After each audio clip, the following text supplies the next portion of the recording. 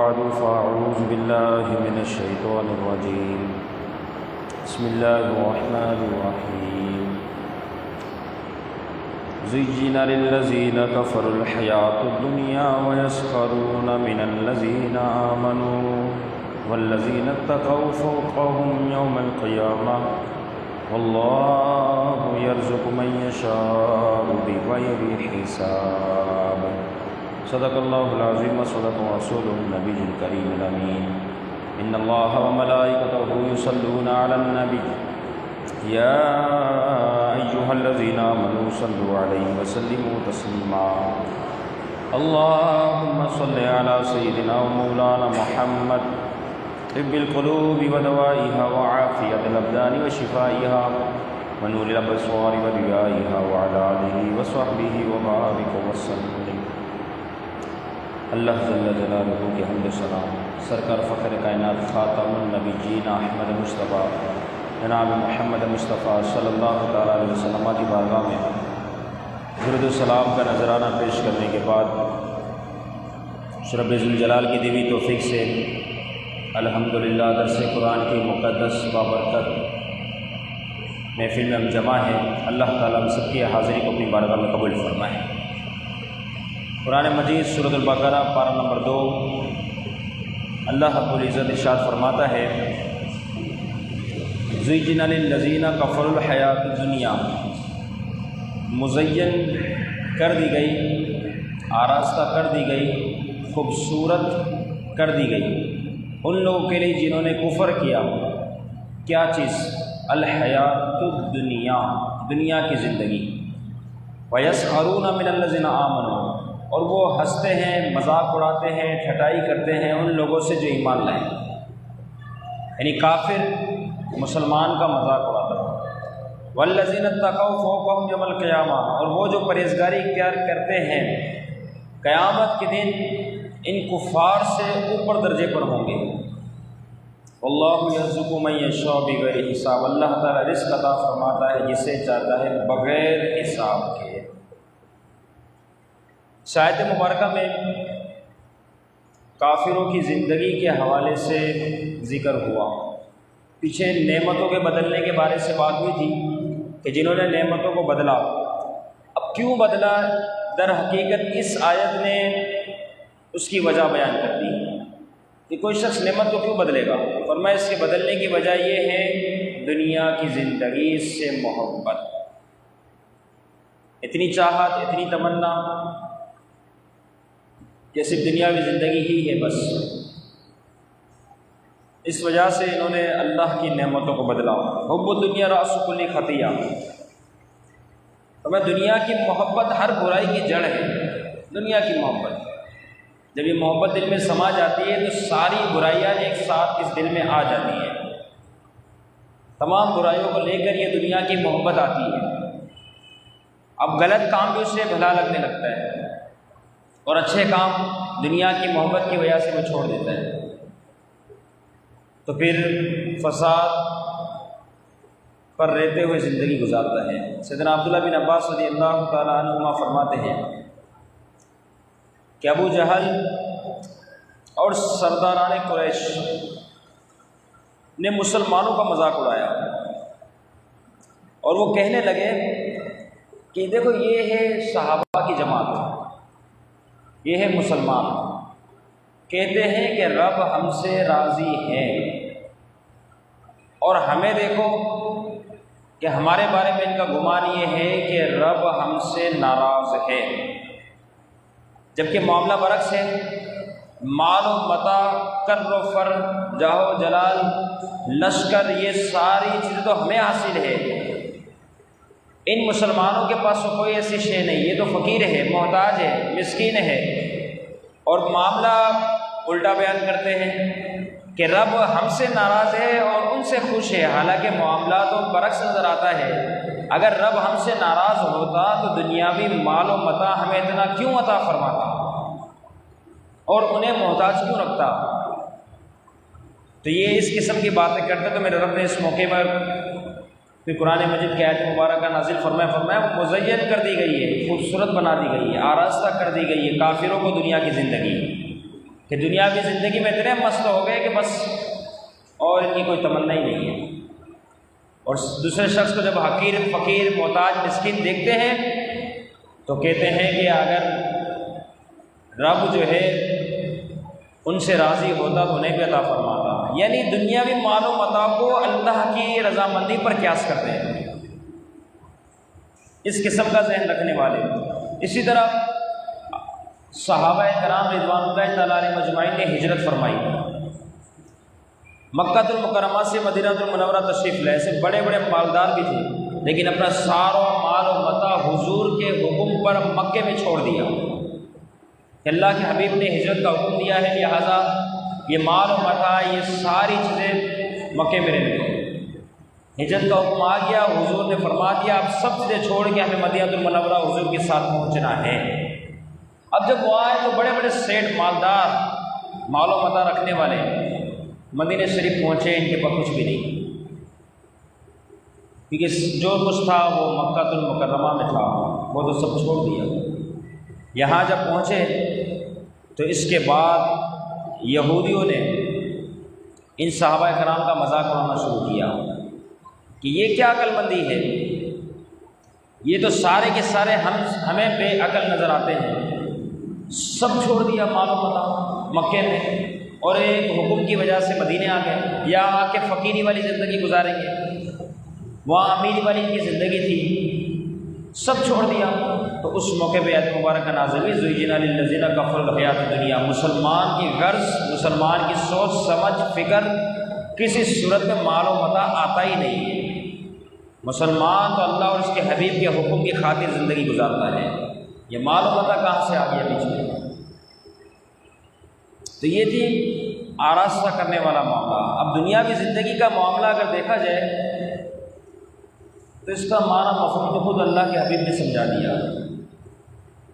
سید المرسلین خاتم النبیین صلی اللہ تعالیٰ علیہ وسلم نے ایک موقع پر دریا کے اس پانی میں اپنی انگلی مبارک کو ڈالا، انگلی کو ڈالنے کے بعد حضور نے اس انگلی کو نکالا، فرمایا میرے صحابہ تم تری دیکھ رہے ہو؟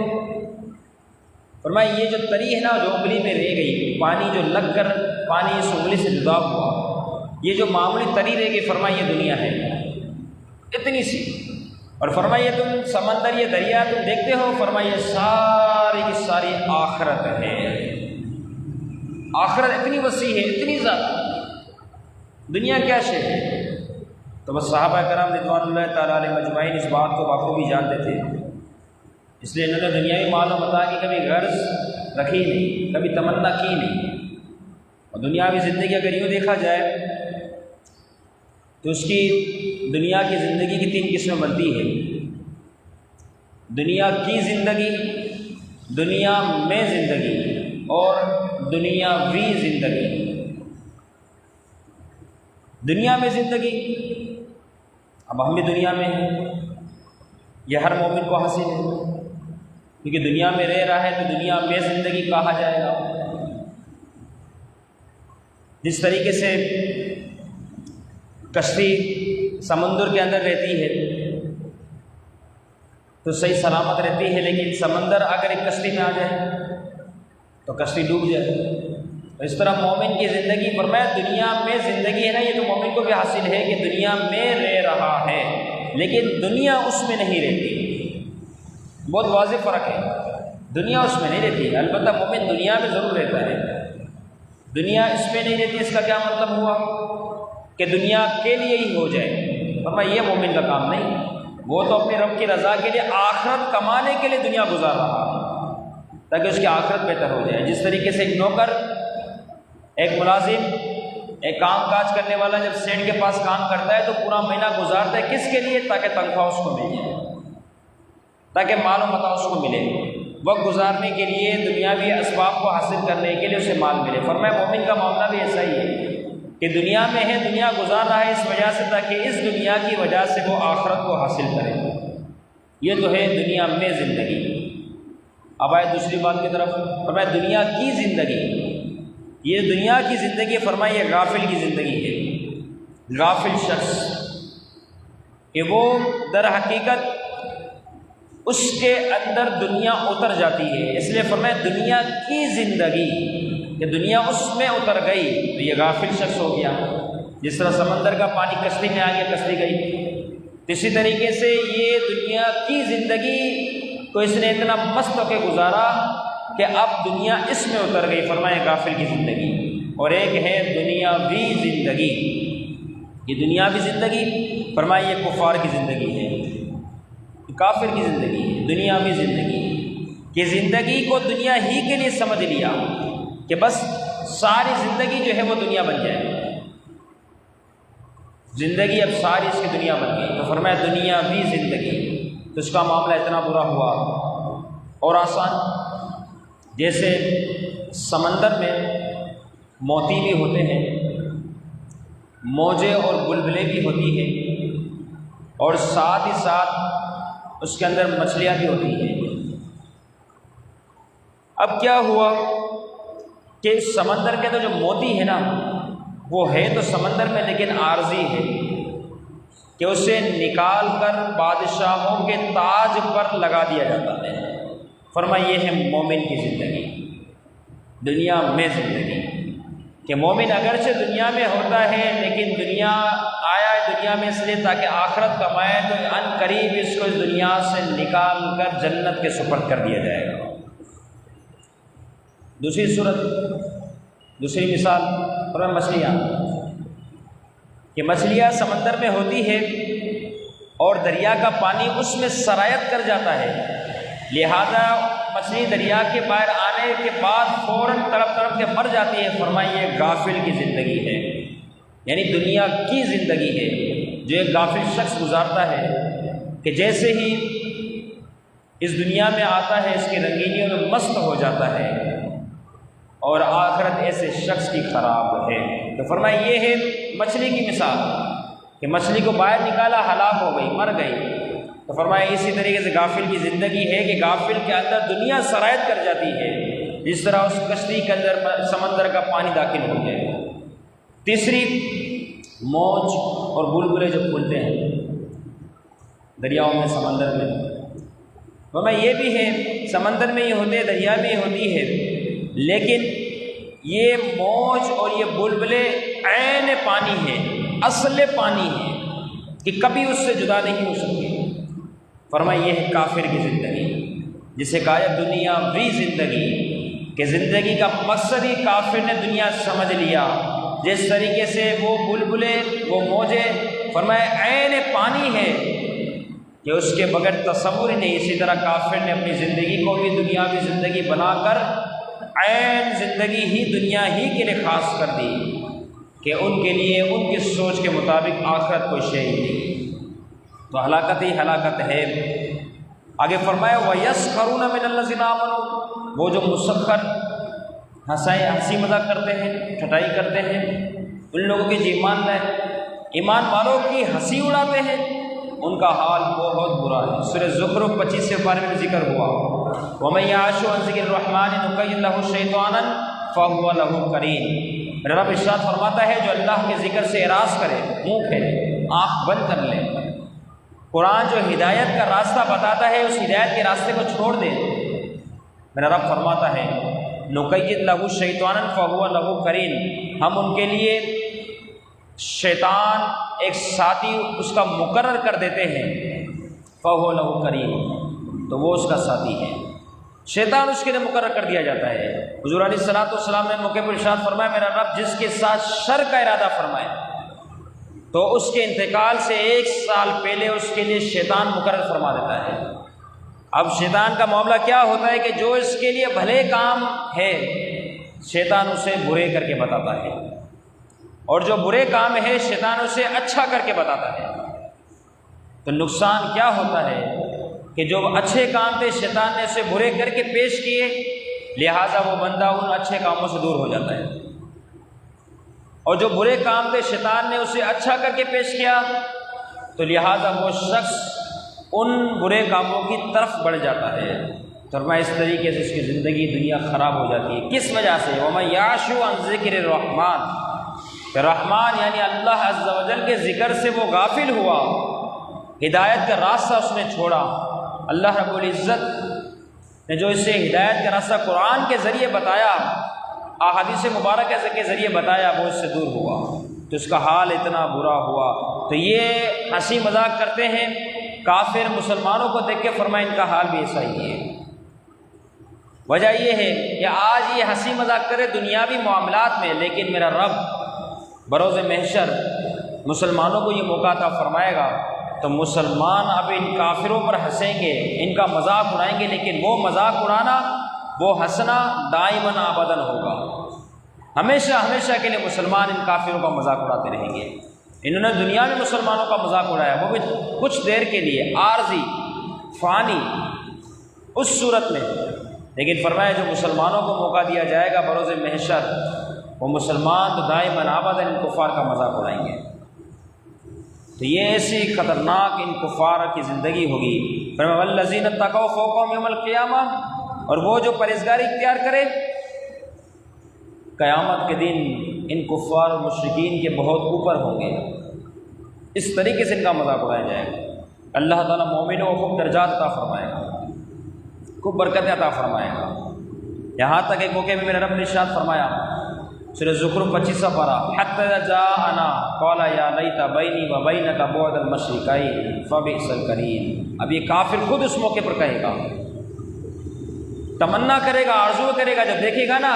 یہاں تک حدیث مبارکہ میں ایک راوی فرماتے ہیں، صحابی رسول کے مستقل کی روایت پہنچی کہ جیسے یہ کفار قبروں سے نکلیں گے، شیطان موجود ہوگا، جو ان کا ساتھی ہوگا، اس کا ہاتھ پکڑے گا، آگے کی طرف بڑھائے گا، تو یہ شخص اس ساتھی کو دیکھے گا، جو شیطان ہوگا اس کو دیکھے گا۔